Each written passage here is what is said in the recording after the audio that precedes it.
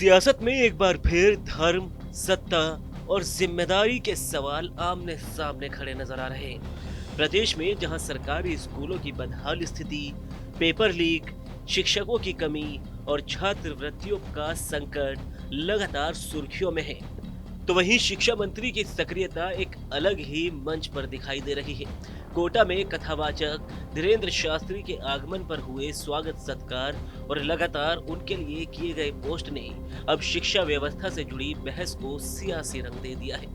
कथावाचक धीरेन्द्र शास्त्री के कोटा आगमन पर राजस्थान के शिक्षा मंत्री मदन दिलावर ने न सिर्फ उनका स्वागत किया, बल्कि इस पूरे आयोजन को लेकर सोशल मीडिया पर भी लगातार पोस्ट किए। मंत्री के आधिकारिक अकाउंट से कथावाचक और उनके प्रवचनों से जुड़े 80 से ज्यादा पोस्ट सामने आए, जिसने राजनीतिक और सामाजिक हलकों में एक नई बहस छेड़ दी। इस मुद्दे पर सबसे तीखी प्रतिक्रिया सामने आई बांसवाड़ा डूंगरपुर से बीएपी के सांसद राजकुमार रोत की ओर से। उन्होंने सोशल मीडिया पोस्ट के जरिए शिक्षा मंत्री की प्राथमिकताओं पर सीधा सवाल खड़ा किया। रोत ने लिखा कि बीते 2 हफ्तों में शिक्षा मंत्री का पूरा फोकस धार्मिक प्रवचनों पर रहा, जबकि प्रदेश की शिक्षा व्यवस्था पर कोई बयान नहीं। स्कूल के बदहाल हालत पर सन्नाटा, पेपर लीक जैसे गंभीर मुद्दों पर चुप्पी, बकाया छात्रवृत्तियों और शिक्षकों की कमी पर कोई सक्रियता नहीं। राजकुमार रोत ने यह भी आरोप लगाया कि एक धार्मिक कार्यक्रम के लिए शिक्षा विभाग के अधिकारियों को लगातार बैठकों में बुलाया गया और दौड़ाया गया। उन्होंने सवाल उठाया कि यही सक्रियता झालावाड़ स्कूल हादसे के बाद क्यों नहीं दिखाई दी। उनका कहना था कि प्रदेश का युवा सब देख रहा है और समझ रहा है कि सरकार की प्राथमिकताएं किस दिशा में जा रही है। अपने बयान में सांसद रोत ने सीधे सीधे पूछा, राज्य की प्रगति गुणवत्ता युक्त शिक्षा से होगी या फिर बाबाओं के कथावाचन से।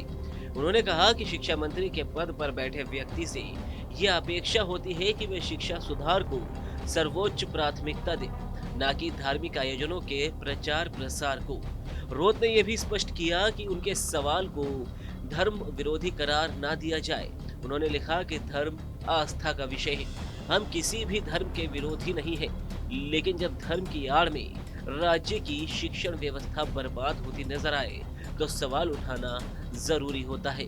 यह बयान उस सियासी रणनीति की ओर भी इशारा करता है जिसमें आलोचनाओं को अक्सर धर्म विरोधी बताकर खारिज करने की कोशिश की जाती है। इस पूरे घटनाक्रम ने राजस्थान की राजनीति में एक बड़े विमर्श को जन्म दे दिया है। क्या सत्ता में बैठे मंत्री अपने संवैधानिक जिम्मेदारियों से भटक रहे हैं, या फिर ये सब महज राजनीतिक आरोप प्रत्यारोप का हिस्सा है, जहां एक तरफ भाजपा खेमे में इसे आस्था और व्यक्तिगत विश्वास से जोड़कर देखा जा रहा है, तो वहीं विपक्ष इसे शासन की प्राथमिकताओं की विफलता बता रहा है। खास तौर पर यह मुद्दा इसलिए भी संवेदनशील हो जाता है क्योंकि राजस्थान की राजनीति में युवा और बेरोजगारी पहले से ही एक बड़ा सवाल है।